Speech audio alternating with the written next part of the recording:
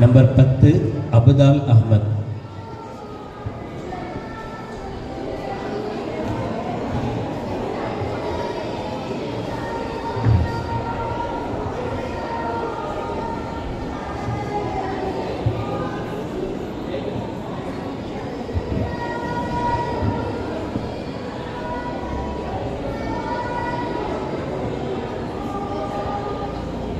अस्सलामु अलैकुम रहमतुल्लाहि ताला बरकातुहू। औज़ु बिल्लाहि मिनश शैतानिर रजीम।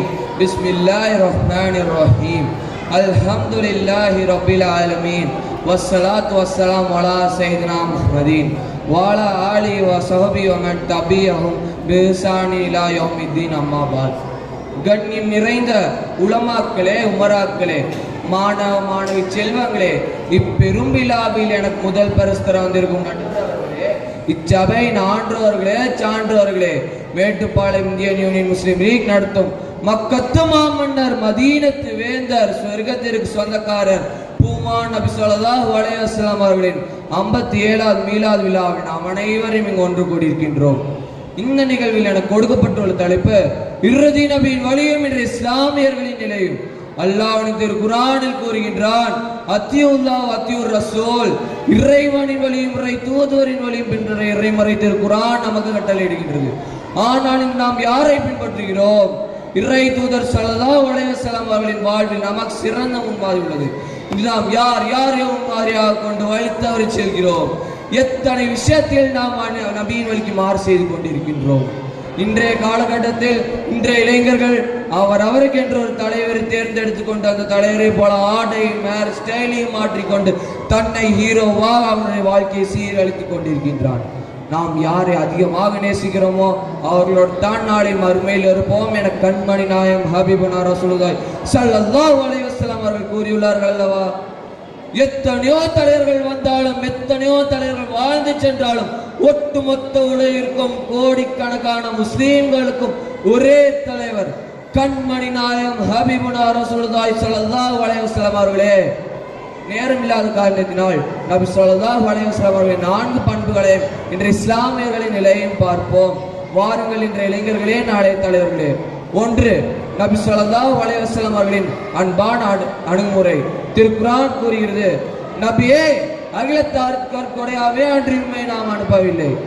அகிலத்தார் அனைவரும் மீதும் அவர் அன்புடனே நடந்து கொண்டார். மனிதன் மீதும் அன்பு காட்டாதவன் மீது அல்லாஹ் அன்பு காட்ட மாட்டான் என்பது போதனையாகும்.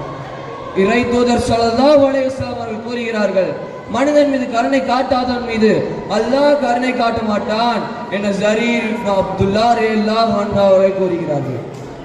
மனிதன் மீது கருணை காட்ட வேண்டும் என்பது முஸ்லீம் அல்லது அனைவரும் உள்ளடங்குவர். உயிருள்ள ஜீவன்கள் அனைத்தின் மீதும் அவர் அன்பு காட்டுமாறு போதித்தார். இந்த வகையில் மாற்று மத்தவர்களுக்கும் அவர் அருள்தான். அவர்களுடனும் அவர் அன்புடையே நடந்து கொண்டார். ஆனால் நாம் ஒருவருக்கொருவர் சண்டையிட்டுக் கொண்டு போட்டி, பொறாமை, வஞ்சகம், சூழ்ச்சியான தீய குணங்களால் அழிந்து கொண்டிருக்கின்றோம். மன்னிப்பாராக இருந்தார் பூமான் நபி ஸல்லல்லாஹு அலைஹி வஸல்லம் அவர்கள். உலகில் யாருமே சந்திக்காத அளவு கொடைகளை நபி ஸல்லல்லாஹு அலைஹி வஸல்லம் அவர்கள் சந்தித்தார்கள். அவர் பழிவாங்கப்பட்டார், ஊரை விட்டு விரட்டப்பட்டார், மக்கா பள்ளியை விட்டு தடுக்கப்பட்டார். அவரது தோழர்கள் தொடரான வன்முறைக்கு உள்ளாகப்பட்டனர். இறுதியில் முஹம்மது நபி ஸல்லல்லாஹு அலைஹி வஸல்லம் அவர்கள் மக்காவை வெற்றி கொண்டார்கள். தனக்கு முன்னால் தன்னை அழிக்க துடிந்தவர்கள் கை கட்டி நின்று கொண்டிருந்த போதும் அத்தனை பேருக்கும் பொது மன்னிப்பு வழங்கினார். தண்டிக்க நியாயம் இருந்தும் அதிகார பலம் இருந்தும் அத்தனை கொடுங்களை மறந்து மன்னித்தார். அந்த உயர்ந்த பண்பால் தான் இன்று உலகம் முழுவதும் இஸ்லாம் பரவி விரிந்து காணப்படுகின்றது. ஆனால் இன்று நாம் யாரையும் மன்னிப்பது கிடையாது.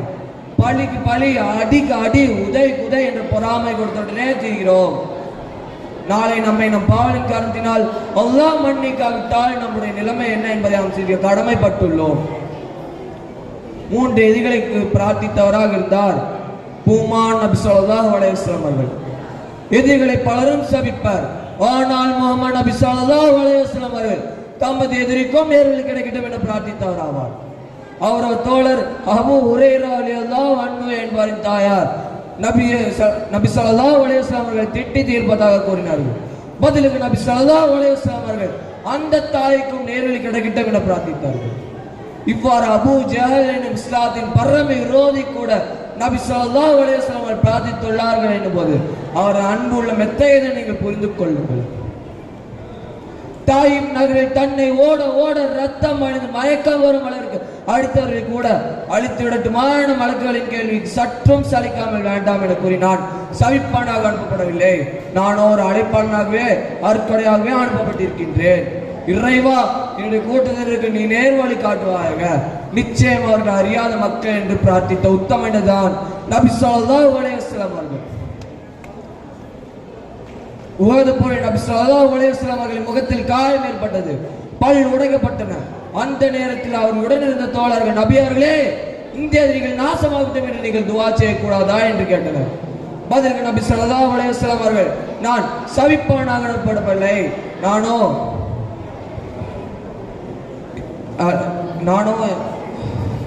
அழைப்பாளனாகவே அருட்கொடையாகவே அனுப்பப்பட்டிருக்கின்றேன். இறைவா, என்னுடைய கூட்டத்தினருக்கு நீ நேரங்கள் காட்டுவாயாக, நிச்சயமார்கள் அறியாத மக்கள் என்று பிரார்த்தித்தார்கள். ஆனால் நாம் யாரையும் எதிரி கூட வேண்டாம், சொந்த தாய் தந்தை சகோதர சகோதரி யாருக்குமே துவா செய்வது கிடையாது. தன்னுடைய தேவையை இறைவனிடத்தில் கேட்காத ஒரு சமூகம் எவ்வாறு சேர்ந்த நிலையை அடைய முடியும்?